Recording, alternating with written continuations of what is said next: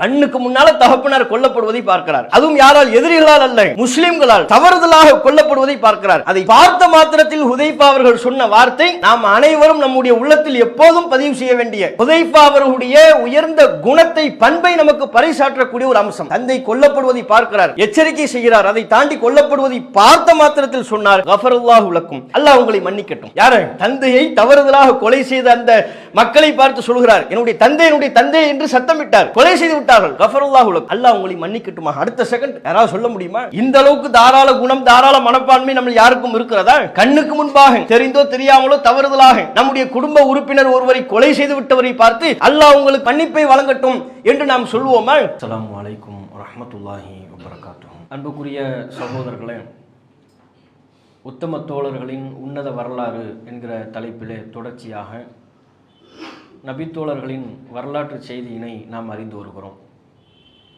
அந்த அடிப்படையில் இன்றைய தினம் ஹுதைஃபா ரலியல்லாஹு அன்ஹு, ஹுதைஃபா என்கிற நபித்தோழருடைய வாழ்க்கை வரலாற்று செய்தியையும் அவருடைய வாழ்க்கையில் பொதிந்து நிற்கிற பல்வேறு படிப்பினைகளையும் நாம் இன்றைய தினம் தெரிந்து கொள்ள இருக்கிறோம்.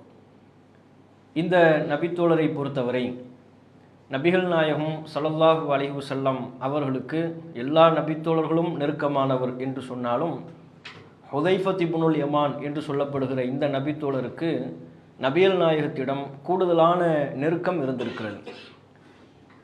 அல்லாஹ்வின் தூதருடைய மிகுந்த அன்பை பெற்ற ஒரு நபித்தோழராக இந்த நபித்தோழர் திகழ்ந்திருக்கிறார் என்பதை அவருடைய வாழ்க்கை வரலாற்று செய்திகளை பார்க்கின்ற பொழுது நாம் தெரிந்து கொள்கிறோம். இவருடைய தந்தை அல் யமான் என்று அழைக்கப்படுபவர். இவர் ஆரம்ப காலகட்டத்தில் மக்காவில் தான் இருக்கிறாங்க. இவருடைய தந்தை அல் யமான் என்பவர் மக்காவில் இருக்கின்ற பொழுது அங்கே அவர் ஒரு தவறுதலாக கொலையில் ஈடுபட்டு விட்டார். அந்த கொலை குற்றத்திற்காக தாம் எங்கே தண்டிக்கப்பட்டு விடுவோமோ அல்லது நாம் யாரை கொலை செய்தோமோ அவருடைய குடும்பத்தார்கள் நம்மை பழிவாங்கி விடுவார்கள், நம்மை பதிலுக்கு கொண்டு விடுவார்கள் என அன்றைய காலகட்டத்தில் சர்வ சாதாரணமாக மனிதர்களை கொலை செய்யக்கூடிய நிகழ்வுகள் எல்லாம் இருந்தது. தவறுதலாக கொலை செய்து விட்டால் கூட அதனை ஏற்றுக்கொள்ளாமல் சகித்துக்கொள்ளாமல் பதிலுக்கு கொலை என்பதெல்லாம் மக்காவில் அன்றைய கால மக்கள் மத்தியில் சர்வ சாதாரணமாக இருந்தது. மனித உயிர்களுக்கு பெருமளவில் மதிப்பில்லாமல் இருந்தது. அப்போதைய காலகட்டத்தில் யமான் அவர்கள் தவறுதலாக ஒரு கொலை குற்றத்தில் ஈடுபட்டு விட்டதற்கு பிறகு எங்கே அந்த கொலை குற்றத்திற்காக தாம் கொல்லப்பட்டு விடுவோமோ என்று பயந்து மதீனாவுக்கு போயிட்டாங்க. மதீனாவுக்கு அவங்க ஹிஜ்ரத்துடைய நோக்கத்தில் போகலை.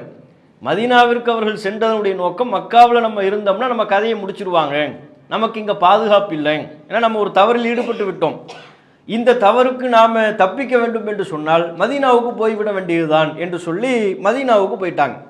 மதீனாவில் போய் அங்குள்ள சமூக மக்களோடு அழகிய முறையில் பழகி அவர்களோடு நல்லுறவை பேணி மதீனாவை பூர்வீகமாக கொண்ட ஒரு பெண்ணையும் யமான் அவர்கள் திருமணம் செய்து கொண்டு விட்டார்கள். அவங்க பேர் அர் ரபாப் என்று சொல்லப்படுகிறது. அர் ரபாப் பின்து காபி புனு அதி புனு காபி புனு அப்துல் அஷகல், பனு அப்துல் அஷகல் என்கிற அந்த குடும்பத்தாரை சார்ந்த அர் ரபாப் என்கிற ஒரு பெண்மணியை அல் யமான் அவர்கள் திருமணம் செய்து கொண்டு விட்டார்கள். இந்த ரபாப் என்கிற பெண்மணியை பொறுத்தவரையிலையும் ஹுதைஃபா அவர்களுடைய தாயார், இவங்க மதீனாவை பூர்வீகமாக கொண்டவர்கள். தகப்பனாரு மக்காவை பூர்வீகமாக கொண்டவர். மதீனாவுக்கு போயிட்டார், தஞ்சம் அடைந்து விட்டார். மதீனாவை பூர்வீகமாக கொண்ட ஒரு பெண்மணியை அவர் திருமணமும் செய்து கொண்டு விட்டார். அதற்கு பிறகு மதீனாவில் நபிகள் நாயகம் ஸல்லல்லாஹு அலைஹி வஸல்லம் அவங்க வருவதற்கு முன்பே, நபிகள் நாயகம் மதீனாவிற்கு வருவதற்கு முன்பே மதீனாவில் உள்ள மக்கள் நபிகள் நாயகத்தை பற்றி அறிந்து வைத்திருந்தார்கள், இஸ்லாத்தை பற்றி அறிந்து வைத்திருந்தார்கள். நபிகள் நாயகத்தின் வருகையை பெரிதும் எதிர்பார்த்து காத்திருந்தார்கள். எப்போ நபி நம்ம கிட்ட எல்லா சஹாபாக்களும் வர ஆரம்பிச்சிட்டாங்க. ஒவ்வொரு நபித்தோழராக 10 பேராக 20 பேராக கூட்டம் கூட்டமாக முஹாஜிர்கள் மதீனாவை நோக்கி படையெடுத்து வந்தார்கள். அத்தனை முஹாஜிர்களுக்கும் மதீனாவை பூர்வீகமாக கொண்ட நபித்தோழர்கள் அவர்களுக்கு ஆதரவு அளித்தார்கள். அது தொடர்புடைய பல செய்திகளை நாம கடந்த உரைகளில் பார்த்தோம். அப்போ பலரும் அங்கே வருகை தந்து இஸ்லாமிய பிரச்சாரம் பெரிய அளவில் மக்காவில் தான் நபி இருக்கிறாங்க, ஆனால் அங்கே விட தீவிரமான இஸ்லாமிய பிரச்சாரம் எங்கே நடைபெறுகிறது என்றால் மதீனாவில் நடைபெறுகிறது. மக்காவில் நபிகள் நாயகத்திற்கு ஆரம்ப காலகட்டத்தில் வரவேற்பில்லை. மக்காவில் உள்ள இணை வைப்பாளர்கள் நபிகள் நாயகத்திற்கு தொல்லை தந்தார்கள். ஆனால் மதீனாவில் உள்ள மக்கள் நபிகள் நாயகத்தின் வருகை எதிர்பார்த்து காத்திருந்தார்கள். நபி எல்லாரும் வந்து விட்டார்கள், பல நபித்தோழர்கள் வந்து விட்டார்கள், நபி எப்போது நம்மிடத்தில் வருவார்கள் என்று ஒரு பெரும் ஏக்கம், பெரும் ஒரு தேடல் அவர்களுக்கு இருந்தது. அப்ப நபிகள் நாயகம் அவர்கள் மதீனாவிற்கு வந்ததற்கு பிறகு ஹுதைஃபா ரலியல்லாஹு அன்ஹு அவர்களுடைய தகப்பனார் அல் யமான் அவர்களும் ஹுதைஃபா அவர்களும் ஒன்றாக சேர்ந்து நபிகள் நாயகத்தை சந்தித்து இஸ்லாத்தில் வந்து விட்டார்கள் என்கிற செய்தியை, வரலாற்று பூர்வமான செய்தியை நம்ம பார்க்கணும். அவங்க ஒட்டுமொத்த குடும்பமே இஸ்லாமிய குடும்பம். ஹுதைஃபா அவர்கள், அவருடைய தகப்பனார் அல் யமான், அவங்களுடைய தாய் அர் ரபாப் அனைவருமே முஸ்லிம்களாக மாறியவர்கள், குடும்பமாக இஸ்லாத்திற்கு வந்து விட்டார்கள். அவங்க எப்ப இஸ்லாத்துக்கு வந்தாங்க என்கிற அந்த ஆண்டு துல்லியமாக நமக்கு வரலாற்றில் குறிப்பிடப்படாவிட்டாலும் ரசூல்லா மதீனாவுக்கு வந்ததற்கு பிறகு நபிகள் நாயகத்தை சந்தித்து இஸ்லாத்தை ஏற்றுக்கொண்டு விட்டார்கள் அப்படிங்கிறத பார்க்கணும். அப்ப இஸ்லாத்தை ஏற்றுக்கொண்டு விட்டதற்கு பிறகு இந்த இஸ்லாமிய மார்க்கத்திற்காக பெரிய அளவில் உழைப்பு செய்த ஒரு நபித்தோழராக ஹுதைஃபா ரலியல்லாஹு அன்ஹு அவர்கள் இருக்கிறார்கள். எந்த அளவிற்கு அவருடைய உழைப்பு, பெரும்பாலும் எல்லா யுத்தங்கள்லையுமே பங்கு கொண்ட ஒரு நபித்தோழர். பத்ர் யுத்தத்தை தவிர, பத்ர்ல மட்டும்தான் அவர் கலந்து கொள்ளவில்லை. அதற்கு கூட அவர் காரணம் சொல்கிறார். பத்ரை தவிர ஏனைய எல்லா விதமான யுத்தங்களையும் பங்கெடுத்த ஒரு நபித்தோழராக ஹுதைஃபா என்கிற இந்த நபித்தோழர் இருக்கிறார். பத்ரில் ஏன் கலந்து கொள்ளவில்லை? அவர் கலந்து கொள்ளக்கூடாது என்கிற நோக்கமோ எண்ணமோ அவர்களுக்கு இருந்ததா? கிடையாது. நீங்க தெளிவாக முஸ்லிமில் பதிவு செய்யப்பட்ட செய்தியில் இருக்கிறது. முஸ்லிம்ல 3661 அதுல ஹுதைஃபா ரலியல்லாஹு அன்ஹு அவர்கள் சொல்கிறார்கள், மா மனஅனி அன் அஷ்ஹத பத்ரன் இல்லா அன்னி ஹரஜ்து அன வ அபி ஹுசைனுன். பத்ரில் நான் கலந்து கொள்ளாமல் போனதற்கு என்ன காரணம் என்றால், அப்படிதான் ஆரம்பிக்கிறார். பத்ரில் கலந்து கொள்ளாமல் போனதற்கு என்ன காரணம்? நானும் என்னுடைய தந்தை ஹுசைலும், அல் யமான் என்று சொல்லப்படுகிற அவருடைய தந்தை யமான் தான், அவருக்கு ஹுசைல் என்றும் சொல்லுவாங்க. என்னுடைய தந்தை ஹுசைல் அவர்களும் நானும் மதீனாவை விட்டு வெளியேறி சென்றோம். எங்க போறாங்க? பத்ர்ல யுத்தத்தில் கலந்து கொள்வதற்காகத்தான் போறாங்க. பத்ர் என்கிற அந்த இடத்துல போய் நபிகள் நாயகத்தை சந்தித்து விட வேண்டும், நபிகள் நாயகத்தினுடைய அணியோடு சேர்ந்து விட வேண்டும் என்பதற்காக நானும் என்னுடைய தந்தை, அவங்க ரெண்டு பேருமே மார்க்கத்தில் தந்தை மகன் இருவருமே மார்க்கத்திற்காக, மார்க்க சிந்தனை உள்ளவர்கள், மறுமைக்காக வேண்டி உழைப்பு செய்யக்கூடியவர்கள், இந்த மார்க்கத்திற்காக வேண்டி பாடுபடக்கூடிய நற்சிந்தனை கொண்டவர்களாக தந்தை மகன் இருவரும் இருந்தாங்க. அவங்க ரெண்டு பேரும் நாங்க மதீனாவை விட்டு பத்ர் என்கிற இடத்தை நோக்கி சென்றோம். போற வழியில ஃபஅஹதுனா குஃபாரு குரைஷ், குறைஷில் உள்ள இறை மறுப்பாளர்கள் எங்களை பிடித்து விட்டார்கள். இவங்க ரெண்டு பேர் தான் போறாங்க தனியாக. போகும்போது எங்களை பிடித்து விட்டார்கள். பிடித்து விட்டவர்கள் கேள்விக்கு அவங்க சொன்னாங்க, இன்னக்கும் துரீதூன முஹம்மதன், நீங்க முகம்மது சந்திக்க போறீங்க, பத்ர்ல போய் எங்களுக்கு எதிராக யுத்தம் பண்ண போறீங்களா? குறைஷிகளுக்கு எதிராக யுத்தம் தொடுக்க முகம்மதோடு நீங்கள் அணி சேர போகிறீர்களா? இன்னக்கும் துரீதூன முஹம்மதன், நீங்கள் முகம்மதை சந்திப்பதற்காக செல்கிறீர்கள், அவர்களோடு சேர்ந்து கொள்வதற்காக வேண்டி நீங்கள் செல்கிறீர்கள் அப்படின்னு அவங்க சொன்னாங்க.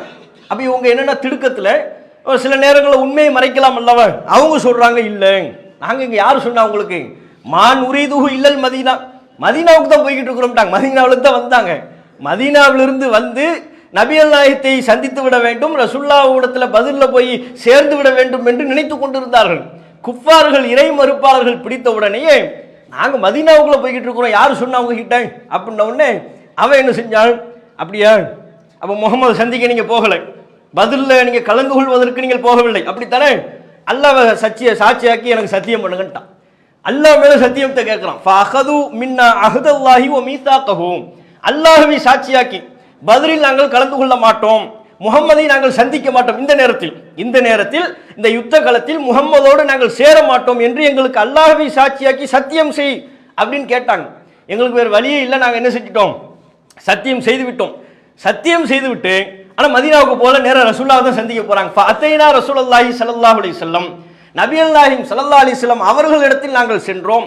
ஃபஅக்பர்னாஹுல் ஹபர், நடந்த செய்தியை நாங்கள் நபிகள் நாயகத்திடம் சொன்னோம். அல்லாஹ்வின் தூதரே, நானும் என்னுடைய தந்தையும் வந்து கொண்டிருந்தோம், இறை மறுப்பாளர்கள் பிடித்து விட்டார்கள், இப்படி எங்களிடத்தில் சத்தியம் வாங்கி விட்டார்கள், இப்போ என்ன செய்யறது அப்படிங்கிறது போல நபியிடத்துல நடந்த செய்திகளை எல்லாம் சொல்லிடுறாங்க. நபிகள் நாயகம் ஸல்லல்லாஹு அலைஹி வஸல்லம் அவங்க சொன்னாங்க, இன்சரிஃபாங், இல்லை நீங்க ரெண்டு பேரும் மதீனாவுக்கே போயிருங்க, நஃபீலஹும் பி அஹ்திஹிம், அவர்களிடத்தில் நாம் கொடுத்த ஒப்பந்தத்தை நிறைவேற்றி விடுவோம். நீங்க தான் ஒப்பந்தம் கொடுத்து அல்லாஹ்வை சாட்சியாக்கி சொல்லிட்டீங்க, அதை மீற வேண்டாம்.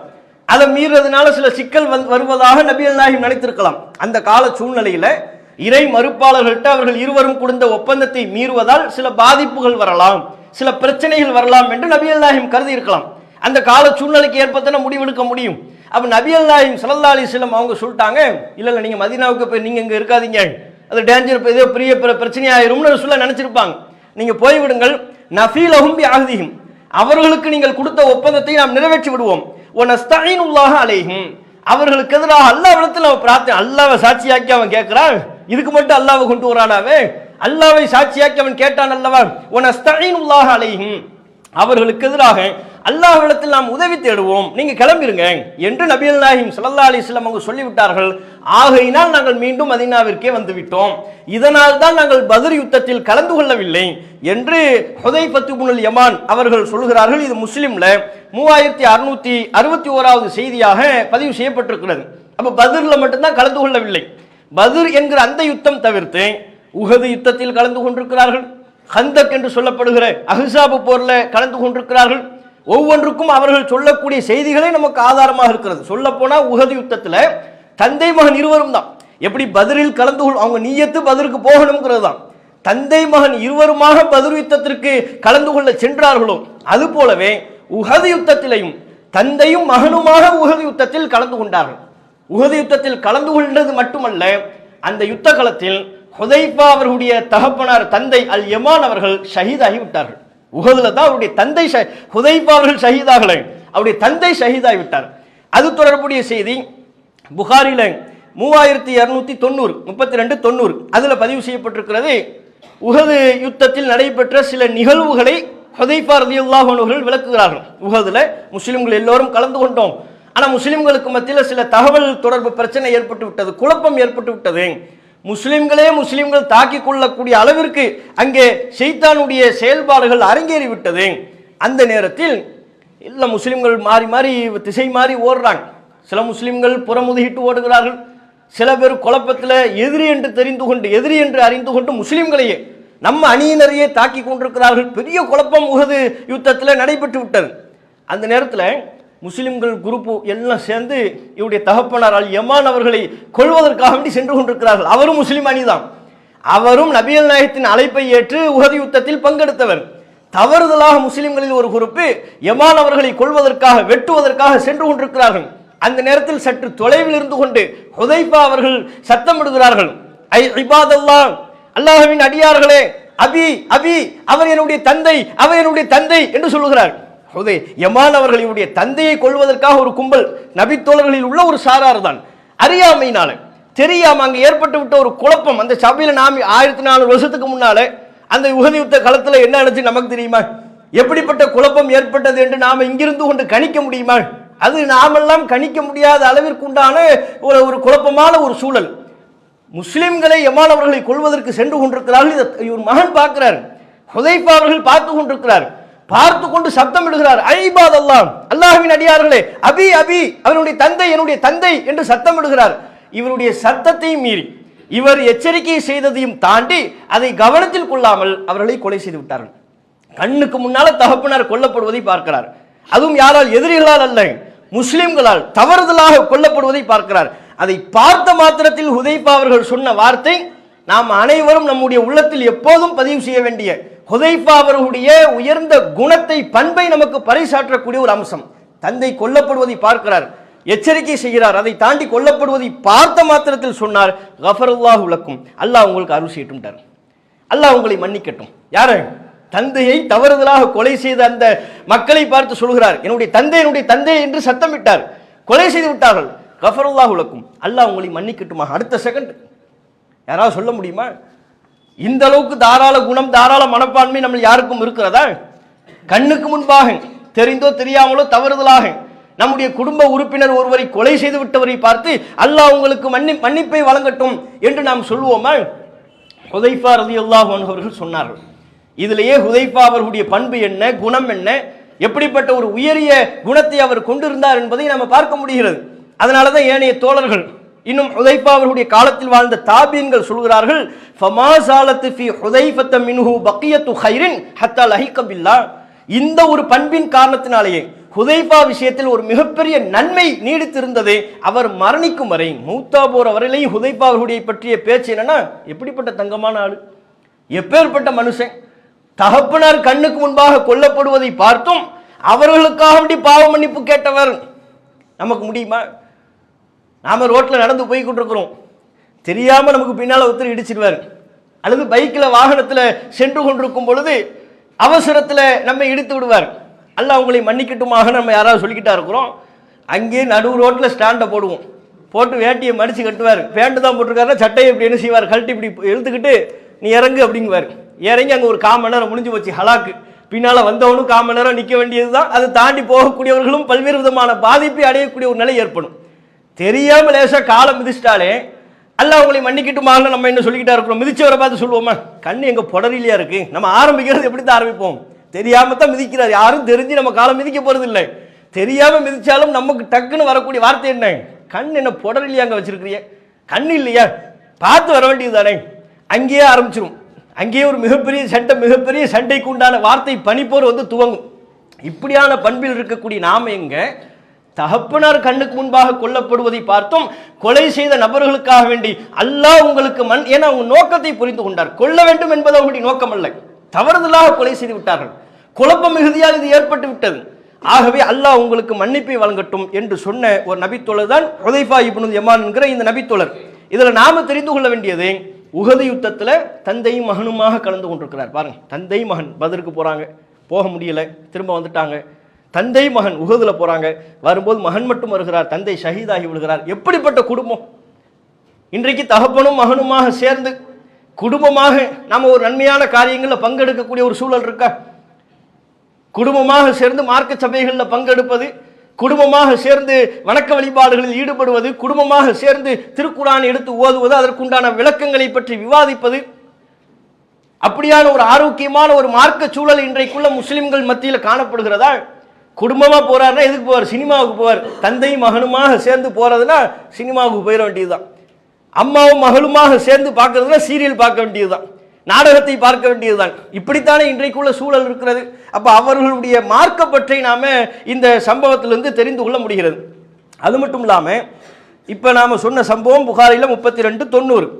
இது அல்லாம சிரமமான கட்டத்தில் ஹுதைஃபா ரலியல்லாஹு அன்ஹு அவர்கள் நபிகள் நாயகம் ஸல்லல்லாஹு அலைஹி வஸல்லம் அவர்களோடு நின்றவர். எந்த அளவுக்குன்னு அதுக்கு ஒரு சம்பவம் சொல்றாரு பாருங்க.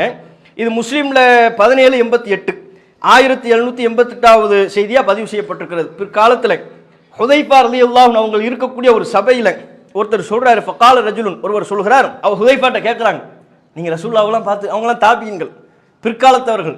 அப்போ சஹாபாக்களை பார்த்து நீங்கள்லாம் யார், ரசூலுல்லாஹ்வை பார்த்துருக்கிறீங்களா, ரசூலுல்லாஹ் பக்கத்தில் உட்கார்ந்துருக்கிறீங்களா, ரசூலுல்லாஹ் எப்படி இருப்பாங்கன்னு நபிகள் நாயகத்தை பற்றி சிலாஹித்து ரொம்ப வியப்படைஞ்சு கேட்டுக்கிட்டு இருக்கிறார். அப்படியான்னு சொல்லிட்டு இவர் திருப்பி சொல்றாரு, லவ் அத்ரக்து ரசூலுல்லாஹி, நான் மாத்திரம் நபிகள் நாயகம் காலத்தில் இருந்திருந்தால், நபிகள் நாயகத்தை அடைந்திருந்தால், காத்தல் துமஅஹு, நபிகள் நாயகத்தோடு அத்தனை யுத்தங்களையும் நான் பங்கெடுத்திருப்பேன் அப்படிங்கிறார். இன்னொரு அறிவிப்புல அகமதுல இடம்பெறக்கூடிய அறிவிப்பு, அகமதுல 23337 இதே சம்பவம் முஸ்லிம்ல 1788 சுருக்கமாக பதிவு செய்யப்படுகிறது. அகமதுல 23334 சற்று விரிவாக கூடுதலான தகவலோடு பதிவு செய்யப்படுகிறது. அகமதுடைய அறிவிப்புல அவர் சொன்னதாக வருகிறது. ஹுதைஃபாவட்ட அவர் சொல்றாரு, நீங்க ரசூலுல்லாஹ்வை பார்த்திருக்கிறீங்களா, ரசூலுல்லாஹ்வோட இருந்திருக்கிறீங்களா, நாங்களாம் நபிகள் நாயகம் காலத்தில் இருந்தோம்னா பல யுத்தங்கள்ல பங்கெடுத்திருப்பேன்னு சொல்லிட்டு கூடுதலா சொல்றாரு, வல்லாஹி லவ் அத்ரக்னாஹு, நாங்கள் நபியை அடைந்திருந்தால், மா தரக்னாஹு யம்ஷி அலல் அர்ள், பூமியில் அவரை நாங்கள் நடமாட விட்டிருக்க மாட்டோம், வல ஜஅல்னாஹு அலா அனாகினா, அவரை எங்களுடைய கழுத்தில் நாங்கள் சுமப்போம், ரசூலுல்லாஹ் எங்க தோல்ல நாங்கள் சுமந்துக்கிட்டு போவோம், அவரை நடமாட விட்டுருக்க மாட்டோம். ரொம்ப நேச மிகுதியில் சொல்லிக்கிட்டு இருக்கிறாரு. அப்போ ஹுதைஃபா அவங்க ரொம்ப அமைதியாக சொன்னார், அப்படியாப்பா, ஓ நீங்கள் நபி காலத்தில் இருந்து அதையெல்லாம் செய்வீங்க, ஏன்னா காலத்தில் இல்லைன்னா எதனாலும் பேசலாம். இப்போ நாகூர் அனிப்பா கூட ஒரு பாட்டு படிப்பார்ல, நபிகள் நாயகத்தை பற்றி பாட்டு படிக்கும்போது அண்ணன் நபி பொன்முகத்தை கண்கள் தேடுதேன்னு ஆரம்பிப்பார். புஷ்பங்கள் பூத்து குலுங்கும் மதீனாவில் அந்த மண்ணில் புரள வேண்டும் உருள வேண்டும் என்று போல் இருக்கிறதேங்குவார். அங்கே போய் உருள்றதுல என்ன நன்மை இருக்கு? இங்கே இப்போ இருக்கும்போது என்னதான் சொல்லலாம், நேச மிகுதியின் காரணத்தினால நபிகள் நாயகத்தின் முகத்தை பார்க்கணும் போல ஆசையாக இருக்கு. நாம மட்டும் ரசூலுல்லாஹ் காலத்தில் இருந்திருந்தோம்னா பதிலில் என்ன மாதிரி, இப்போ பதில் நான் தான் சூப்பர் ஹீரோவாக இருந்திருப்பேன், இப்பெல்லாம் நம்ம பேசலாம் நினைக்கலாம். கால சூழ்நிலை வேறங்கிறார். ஹுதைஃபா அவர்கள் தெளிவுபடுத்துகிறார், அப்படியா நபி காலத்தில் இருந்தால் என்னெல்லாம் செஞ்சிருப்பீங்களா, ஒரு சம்பவத்தை சொல்லவான்னு கேட்கிறார். ஒரு சம்பவத்தை சொல்லவா? நபிகள் நாயகம் ஸல்லல்லாஹு அலைஹி வஸல்லம் அவர்களோடு அஹ்ஸாப் யுத்தம் நடைபெற்ற நாளில் எல்லாரும் கூட்டு சேர்ந்து ரசூலுல்லாஹ்வை முஸ்லிம்களை தாக்குவதற்காக வேண்டி படை திரட்டினார்கள் அல்லவா? அந்த போர் தான் அஹ்ஸாப் கூட்டுப்படையின் போர் என்று சொல்லப்படுகிறது. அதை முஸ்லிம்கள் நபிகள் நாயகம் அவர்கள் சஹாபாக்களின் ஆலோசனையோடு ஒரு அகழ் தோண்டி அதிலிருந்து தங்களை தற்காத்து கொண்ட காரணத்தினால அகழ் போர் என்றும் சொல்லப்படுகிறது. அதான் ஹந்தக் போர் என்றும் சொல்லப்படுகிறது. தமிழில் அகழ் போர்னு சொல்லுவோம், அரபில் ஹந்தக் போர் என்று சொல்லுவோம். அதே அரபில் அஹ்ஸாப் கூட்டுப்படை போர் என்றும் அதற்கு பேருண்டு. நம்ம மக்களுக்கு இதெல்லாம் தெரியாதுல்ல. ஹந்தக் வேற, அஹ்ஸாப் வேற, அகழ் போர் வேற, இப்ப ஏகப்பட்ட யுத்தம் அப்படின்னு அவர் நினைச்சுக்குவார். இப்ப இந்த அஹ்ஸாப் யுத்தத்தில் நடைபெற்ற ஒரு நிகழ்வை சொல்றார். களம் வேறப்பா, யதார்த்த சூழ்நிலை வேற, நீங்க பேசுற மாதிரி இல்லை. அஹ்ஸாப் நடைபெறக்கூடிய அந்த இரவில் கடும் குளிர். ஹுதைஃபா அவங்க விளக்குறாங்க, கடுமையான குளிர், சாதாரண குளிர் இல்லை. கால ரசூலுல்லாஹி ஸல்லல்லாஹு அலைஹி வஸல்லம், அப்போது நபிகள் நாயகம் சொன்னார்கள், அலா ரஜுலுன் யஅதீனி பி ஹபரில் கௌம், உங்களில் யாரும் அந்த கூட்டுப்படையினரை பற்றி உளவு பார்த்து எனக்கு செய்தி சொல்ல மாட்டீர்களா? ஜஅலல்லாஹு மஇ யௌமல் கியாமா, யார் இந்த குளிரில் வெளியே சென்று அந்த கூட்டுப்படையை உளவு பார்த்து வந்து எனக்கு தகவல் சொல்கிறாரோ அவர் மறுமை நாளில் என்னோடு இருப்பார் அப்படின்னு ரசூல் ஸல்லல்லாஹு அலைஹி வஸல்லம் அவங்க சொன்னாங்க. சொன்ன பொழுது ஃபஸக்கத்னா, அங்கே அமர்ந்திருந்த நாங்கள் அனைவரும் அமைதியாக இருந்தோம். ஃபலம் யுஜிபுனா மின்ஹு அஹதுன், யாரும் பதில் சொல்லவில்லை. ஏன்? கடும் குளிர், நம்ம கற்பனை செய்கிற குளிர் அல்ல, கடுமையான குளிர், வெளியே போகவே இயலாது என்கிற அளவுக்கு ஒரு சிரமம். குளிரோடு சேர்ந்து கூட்டுப்படை எவன் எங்க நிற்பான்னு தெரியாது, வெளியே போனால் திரும்பி இங்கே வருவோமா என்பதற்கு உத்தரவாதம் இல்லை. அப்படிப்பட்ட அச்சம், எதிரிகள் குறித்த அச்சம் ஒரு புறம், குளிர் ஒரு புறம், இந்த எல்லாமும் சேர்ந்து கொண்டு பயங்கரமான ஒரு சூழ்நிலை அங்கே நிலவி கொண்டிருந்தது. அந்த நேரத்தில் நபிகள் நாயகம் கேட்குறாங்க, வெளியே யாரும் போய் பார்த்துட்டு வருவீங்களா, உங்களை யாரும் போறீங்களா? போனா அவர் மறுமையில் என்னோடு இருப்பார் அப்படின்னாங்க. யாருமே பதில் சொல்ல இல்லை, அமைதியா இருக்கிறாங்க. எப்படி போறது அப்படின்னு ஒரு அச்சம், ஒரு தயக்கம், அமைதியா இருக்கிறாங்க. திரும்ப நபிகள் நாயகம் கேட்குறாங்க, அலா ரஜுலுன் யஅதீனா பி ஹபரில் கௌம், அந்த கூட்டத்தாரை பற்றிய செய்தி என்னிடத்தில் பார்த்து தகவல் சொல்லக்கூடியவர் உண்டா? யாராவது போகலை அப்படிங்கிறாங்க.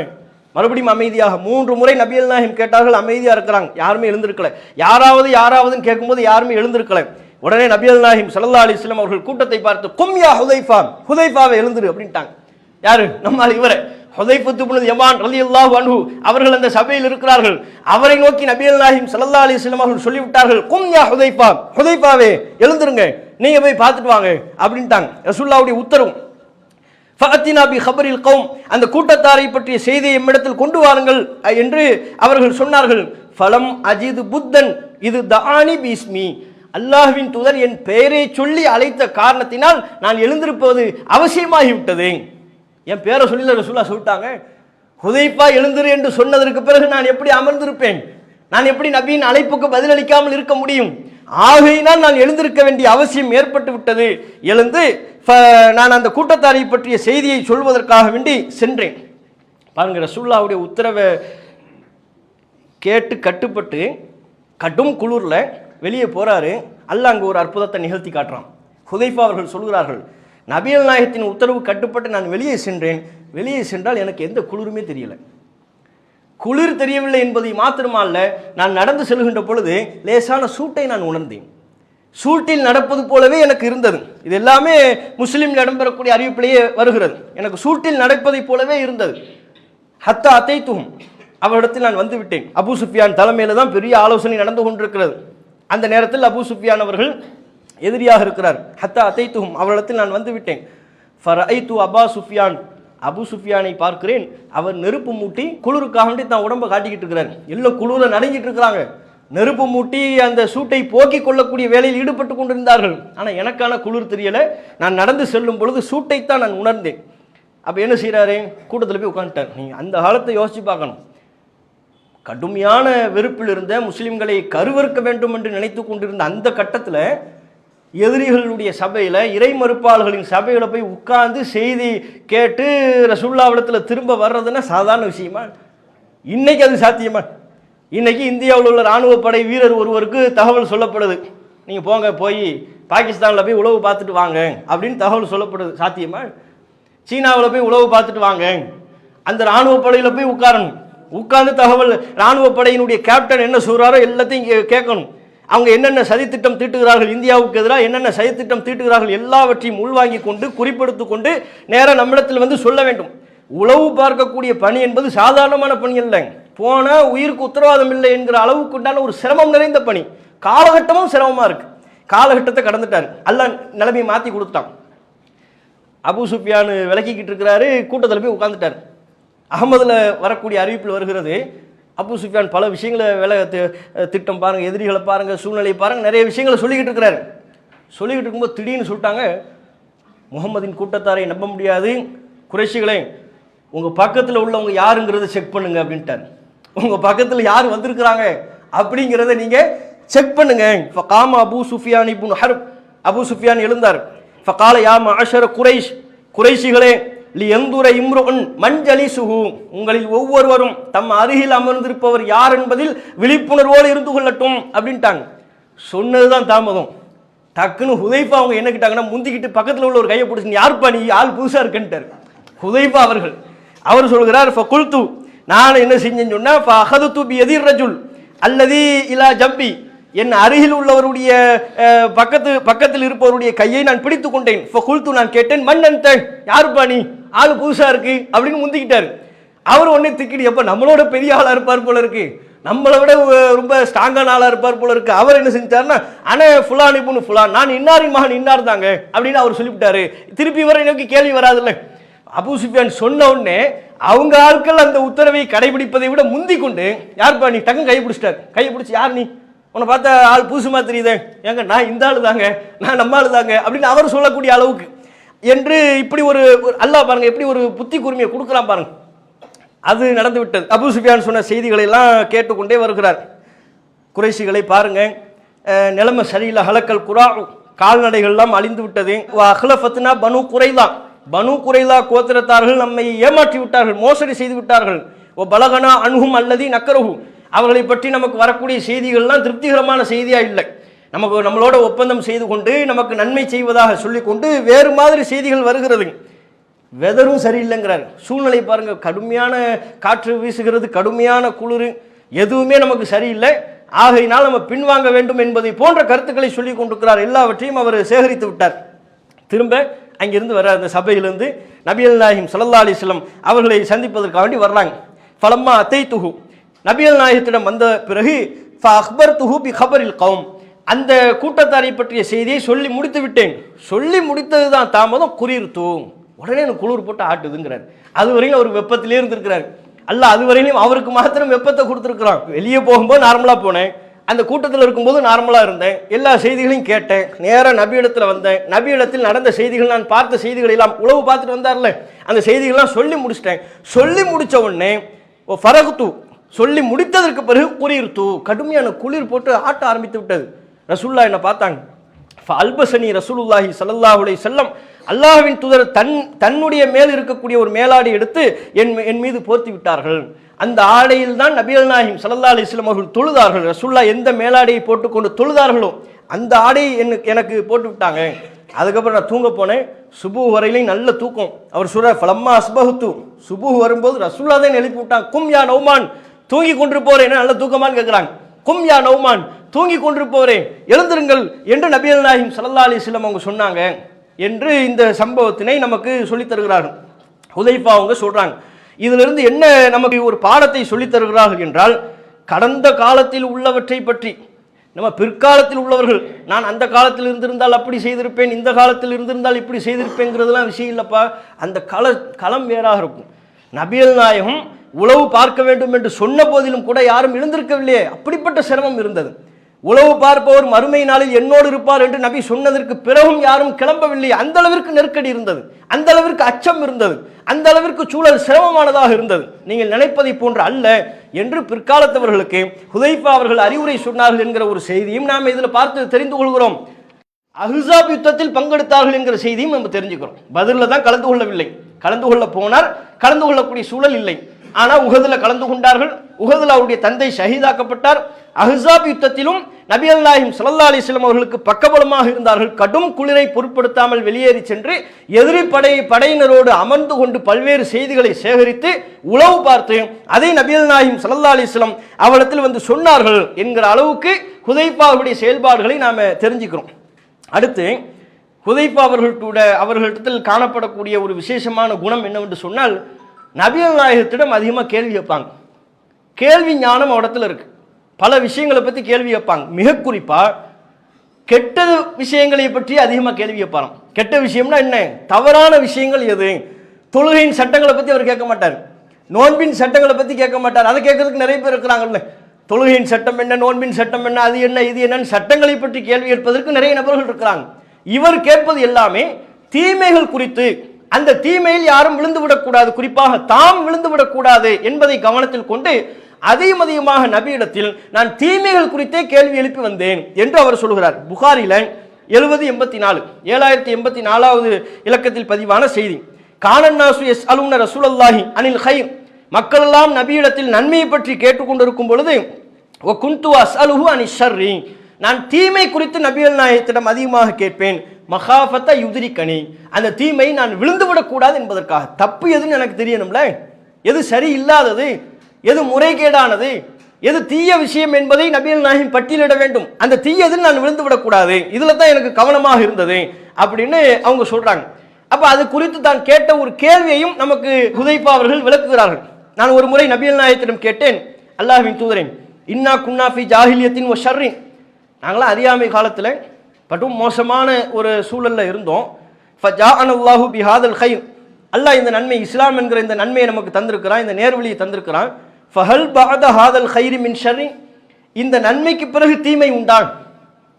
மொதல் அறியாமை காலத்தில் தீயதுல இருந்தோம், இஸ்லாம்ங்கிற இந்த நேர்வழி அல்லாஹ் தந்துட்டான், இதுக்கப்புறம் எதுவும் தீயது உண்டா அப்படின்னு கேட்குறாங்க.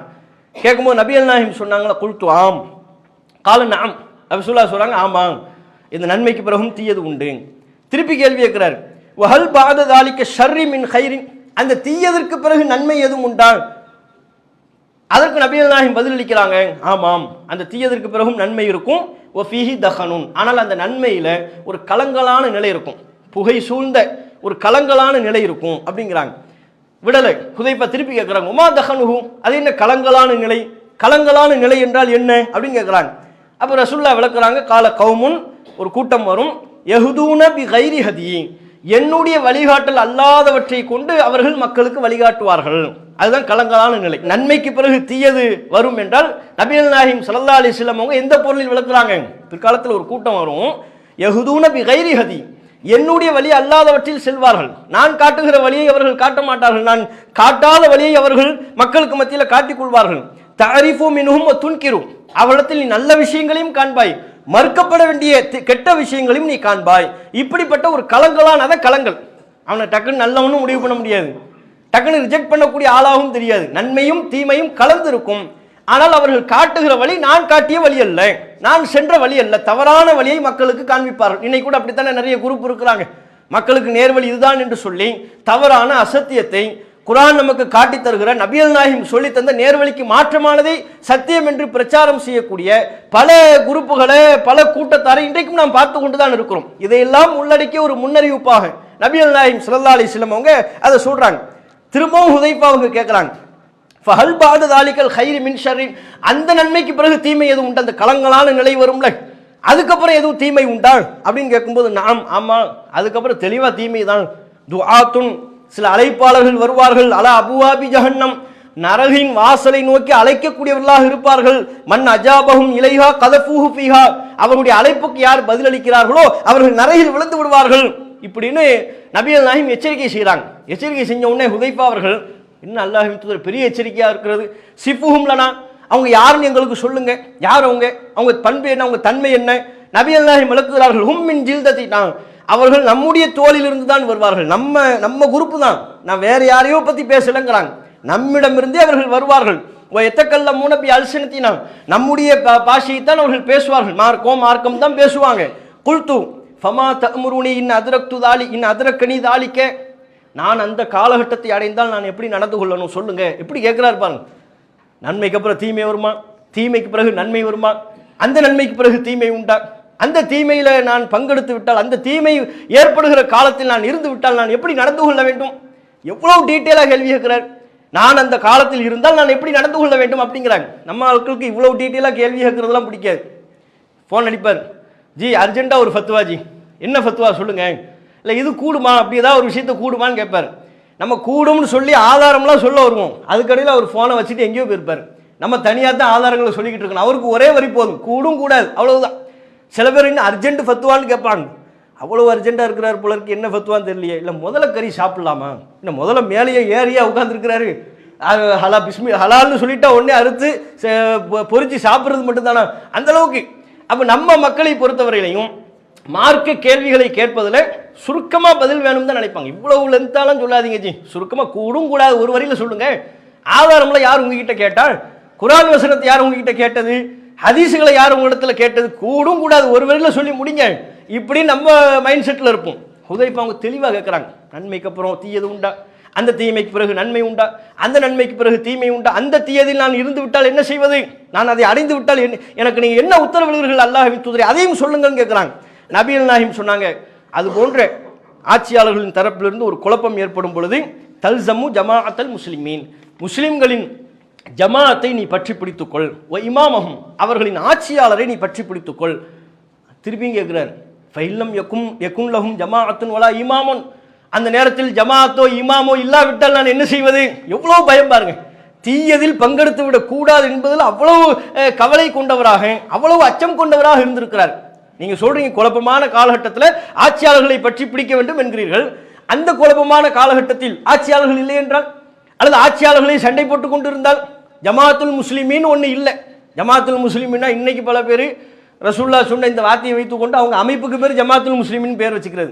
அமைப்புக்கு பேரே என்ன, ஜமாஅத்துல் முஸ்லிமீன் பேரை வைத்து விட்டு எல்லங்க வாங்க, நாங்கள் ரசூல்லா சொன்ன அந்த ஜமாஅத்துல் முஸ்லிமீனே நாங்கள் தான்.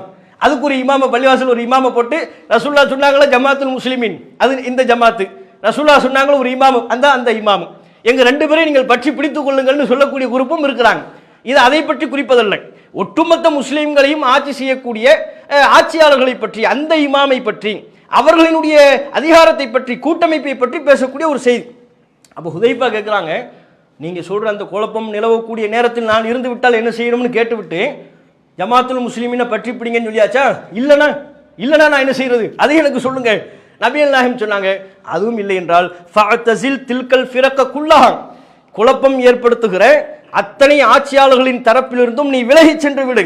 உலவ் அன் தஅல்லபி அஸ்லி ஷஜரத்தின், ஒரு மரத்தின் அடியில் இருக்கக்கூடிய வேரை நீ பற்றி பிடித்து கொண்டாலும் சரி, ஹத்தா யுத்ரிகல் மௌத் வ அன்த அலா தாலிக், அந்த நிலையிலேயே உனக்கு மரணம் வந்து அப்படியே நீ மௌத்தா போனாலும் சரி, இந்த கூட்டத்தாட்டில் போய் நீ சேர்ந்துடாத. கலகம் செய்யக்கூடிய ஆட்சியாளர்களுக்கு எதிராக கலகம் செய்யக்கூடிய கூட்டத்தாடத்தில் நீ சேர்ந்து விடாதே என்று நபிகள் நாயகம் ஸல்லல்லாஹு அலைஹி வஸல்லம் அவங்களுக்கு அறிவுரை சொன்னாங்க என்கிற செய்தியை புகாரில 7084 இலக்கத்தில் பதிவு செய்யப்பட்ட செய்தியில பார்க்கணும். இதை நாம தெரிந்து கொள்ள வேண்டியது, இது ஆட்சியாளர்கள் சம்பந்தமா, அது தொடர்பாக விளக்கம் சொன்னா நிறைய சொல்லணும். ஆட்சியாளர்கள் சம்பந்தப்பட்ட ஒரு செய்தி, அது தனி. ஹுதைஃபா அவர்களுடைய விழிப்புணர்வை பாருங்க.